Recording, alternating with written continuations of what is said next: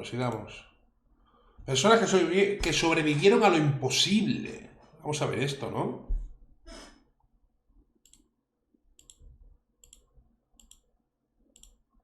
Personas tan aferradas a la vida, con tantas ganas de vivir, que llegan a hacer cosas increíbles. Cada puesto de este vídeo es una historia de cómo los límites son mucho más altos de lo que creemos, cómo en condiciones extremas hacemos cosas que eran impensables, mostramos una resistencia que creíamos que no teníamos y una fortaleza mental de acero. Aquí veremos esas historias, esas personas que no estaban dispuestas a morir y aguantaron de alguna forma u otra.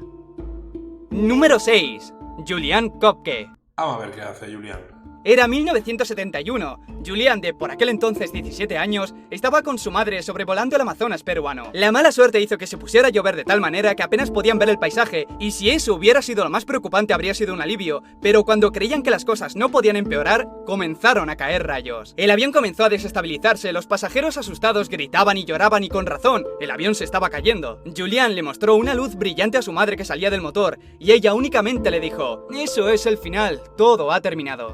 No puede ser. Tenía razón para todos los pasajeros, menos para su hija. De alguna manera, Julian recuerda que después de los gritos, el sonido del motor y el avión despedazándose en mitad del aire, terminó en mitad de la selva, viva. Tenía un ligamento Viva. de la rodilla roto, una Tío, mira qué raro, que teniendo un accidente de avión vivas. clavícula rota, cortes profundos por todas partes, pero no lo suficientemente graves como para matarla. Durante un par de días estuvo buscando a los demás, pero por lo que podía saber todos habían muerto, así que lo único que le restaba era salir de allí, que suena más fácil de lo que fue. Se encontraba en mitad de la selva, malherida y sola. Durante días estuvo siguiendo un arroyo con la esperanza de dar con un río. Se acordaba de que su padre le dio ese consejo en caso de querer orientarse, y ahora le iba a ser útil. El consejo no se lo dio porque sí. Resulta que sus padres eran biólogos y se instalaron en la selva peruana durante un tiempo, siendo ella una cría, de ahí que le dijera eso. El caso es que tardó 9 días en encontrarlo y en tener la suerte de que cerca del río, por un sendero, había una cabaña que estaba en uso. En ese momento estaba vacía, pero sabía que tarde o temprano vendría alguien, así que se metió dentro, se limpió las heridas y esperó. Al día siguiente por fin la encontraron y se la llevaron al hospital. La odisea de caminar a través del Amazonas durante 9 días no parece mucho dicho así, pero hay que tener en cuenta que cualquier cosa podría haberla matado. Serpientes, cocodrilos o hasta la fruta de los árboles, que por suerte sabía, también gracias a sus padres, que era venenosa. Para que veas, ella Sobrevivir a 9 días en el Amazonas tiene que ser de locos, pensó que era la única que logró salir con vida del avión, pero 12 pasajeros más y el piloto también llegaron con vida a tierra. Sin embargo, ninguno de los 13 salió del Amazonas con vida, todos muertos por distintos motivos. Su madre formaba parte de esos 13, pero llegó al suelo tan malherida que no podía moverse ni gritar. Pasó varios días allí tirada hasta que murió. Espero que no tuvieras que viajar en avión pronto. La madre. No quisiera que te acordaras de esta historia vívidamente durante el vuelo. Número 5. Ya ves, por la noche, imagínate durmiendo allí, tío. Eric Lemarque. Aún cuesta creer cómo pudo salir Eric Lemarque de su infierno personalizado, del que le dejó sin ambas piernas y marcado para siempre. Eric, un exjugador de hockey profesional, al retirarse y empezar una rutina menos emocionante que la competición, encontró en el snowboarding una motivación, un hobby en el que podía centrarse, un hobby que casi le mata. Un día en la montaña... Tío, poco se habla de la cantidad de lesiones que hacen... Que tiene la gente con el snow y con el esquí, haciendo snow como de costumbre, vio que los de seguridad estaban despejando las pistas porque se acercaba una tormenta. Eric, adicto a la adrenalina, lo ignoró y pensó que le daría tiempo a hacer un último descenso, una decisión muy mala como pudo comprobar enseguida. En mitad de la bajada la niebla le bloqueaba la visión y sencillamente se perdió. Recorrió un camino largo a ciegas para terminar en un lugar que ahora no reconocía, donde nadie le oía y no sabía cómo volver. De hecho, no sabía cómo salir fuera la dirección que fuera. Su primera idea fue quedarse esperando y con suerte podrían encontrarle, pero viendo que el frío terminaría por matarle antes, cambió el plan. Empezó a caminar montaña abajo, bebía un poco de agua en un río pero con la mala suerte de caerse en él, lo que combinado con el frío que hacía no era lo mejor que podía pasarle. Al día siguiente sus pies estaban ennegrecidos, se estaban congelando, pero aún con esas, siguió caminando sin tener claro a dónde iba. Cada día era una lucha por aguantar, por seguir adelante. Así durante 5 días, al sexto encontró una pequeña cueva y durmió. Sabía que estaba llegando al límite porque lo único que le apetecía era dormir, y si dormía durante mucho tiempo se congelaría. Al final le encontraron al cabo de 7 días, cubierto de nieve, apenas consciente y casi sin poder moverse. Eric sobrevivió, pero hacer aquella última bajada le costó ambas piernas. Joder. Número 4. Aaron Ralston. Esta historia seguramente os suene, es la que se tomó como inspiración para hacer la película 127 horas. Aaron Ralston es este hombre, un montañista que tuvo la feliz idea de ir a dar un paseo a uno de los cañones de Utah, solo y sin avisar a nadie. Y Pero ¿y a quién se le ocurre no avisar a nadie? Y nadie que te eche de menos, no saldrán a buscarte si ocurre algo, que es lo que le pasó a él. En mitad de ese paseo por los cañones, Aaron se cayó en una brecha, acompañado por una roca que no solo le aplastó la mano contra la pared, Claro, como ir a Mercadona, ¿sabes? Así, venga. Nada, que me voy a un cañón ahí a mitad de la nada, perdido.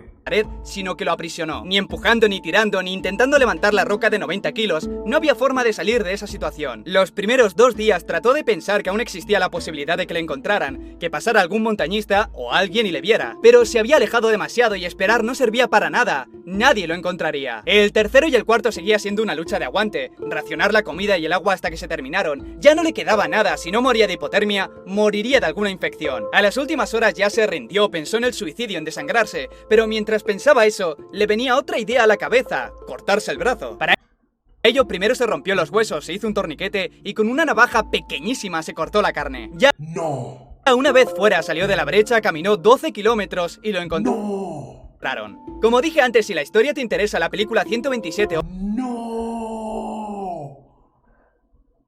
Hostia, hay que tener los cuadrados, no. Lo siguiente para joderte, para quitarte el brazo. Pero claro, era... te pone en situaciones... O te quitas el brazo... O mueres. Joder. horas te gustará, es bastante fiel a cómo pasó. Lo que tú dices, el instinto de supervivencia, ¿eh? El instinto de supervivencia que puede hacer que hagas, pues esto. A día de hoy se dedica a dar conferencias motivacionales, a escribir libros y a escalar. Gracias a la prótesis con forma de pico puede seguir haciéndolo. Número 3.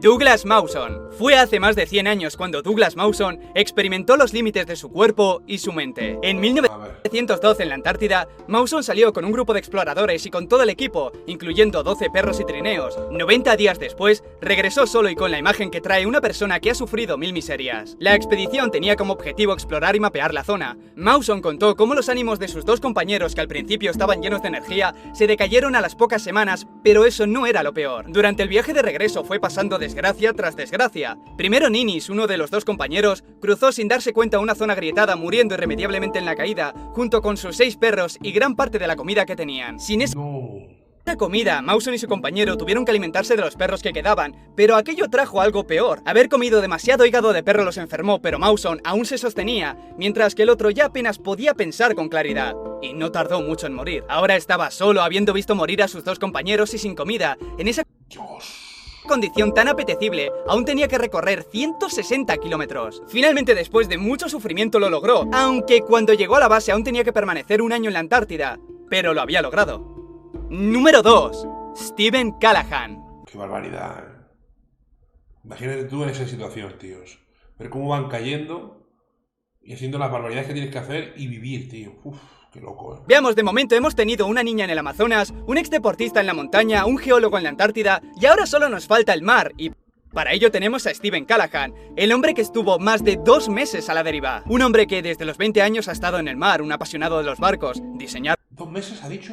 y construirlos. A los 29 años iba a cumplir su sueño de navegar por primera vez a través del Atlántico. El viaje de ida fue perfecto y la primera semana del regreso a casa también, pero a partir de ahí se terminó su suerte. Cuenta que durante la noche algo golpeó su barco, no sabe si fue una ballena o un tiburón, pero lo que sí pudo saber es que había roto el casco y no paraba de entrar agua. El daño era demasiado grande y por la cantidad de agua que entraba se hundiría pronto. Eso ya era insalvable, lo único que podía hacer era buscar la balsa, buscar agua, comida, bengalas y demás y salir cuanto antes. Hay que remarcar que todo eso lo hizo con el barco lleno de agua. Se hundía, buscaba las cosas y regresaba. Hecho eso, había logrado salvar la vida, pero se encontraba a la deriva, en mitad de ninguna parte, y su única esperanza era que le encontrasen, y eso podía perfectamente no ocurrir nunca. Cada día se sentía como un castigo, pero siguió adelante. A las 2 semanas, Callahan se sentía aliviado porque pudo ver un barco a lo lejos, pero pese a que disparó las bengalas, no le vieron. Y no fue el único. De vez en cuando veía barcos a lo lejos, pero ninguno de ellos le vieron a él. Entre barco y barco pasó un mes y su cuerpo ya se resentía. Tenía hambre y sed constantemente, el agua salada le provocó llagas en la piel y le dolían los huesos por tener un espacio tan limitado. Después de 50 días ya no tenía esperanza, solo aguantar lo máximo posible, y si tenía que morir,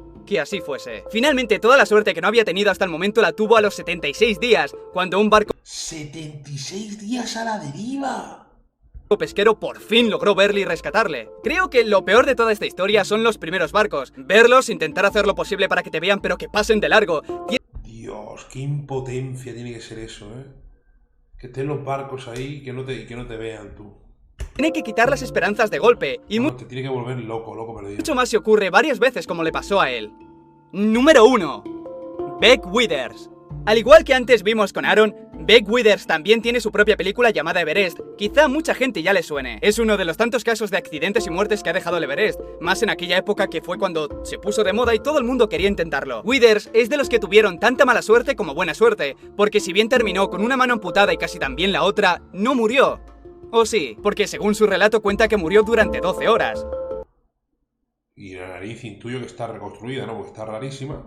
Veamos, esto ocurrió en el año 1996. Una tormenta golpeó a un grupo de montañistas durante el descenso, dejándolos aislados, agotados, el suministro de oxígeno se terminó y la niebla provocó varias caídas al vacío. En total dejó 9 muertos, de los que se habría sumado Beck si no fuera porque regresó de la muerte, o mejor dicho, del coma hipotérmico. Sus compañeros le vieron tendido en el suelo casi cubierto de nieve y sin moverse. En aquel momento lo dieron por muerto porque era imposible que aguantara así. Tan seguros estaban que incluso se lo dijeron a los familiares. En este punto, no se sabe cómo, no se sabe por qué, pero Beck se levantó y con el cuerpo congelado y prácticamente cegado por la niebla y la hinchazón de los ojos, bajó lentamente hasta el campamento. Los demás lo miraban con miedo, por un momento pensaron que era imposible y encontraban más lógico que fuera un fantasma. Después de esos primeros segundos que no sabían qué pensar, se lo llevaron al hospital. Fue ese momento, esa resurrección después de estar 12 horas tirado en la nieve, lo que hace que sea una historia increíble, y por ello hicieron la película. De nuevo, si te interesa conocer más la historia, la película es una buena forma de hacerlo. Es muy fiel a lo que pasó, ya que después de todo, Beck pudo contar toda la historia. O si prefieres, también tienes el libro que él mismo escribió,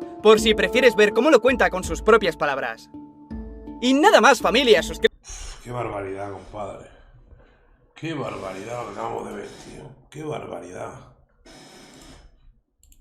Qué locura, tú.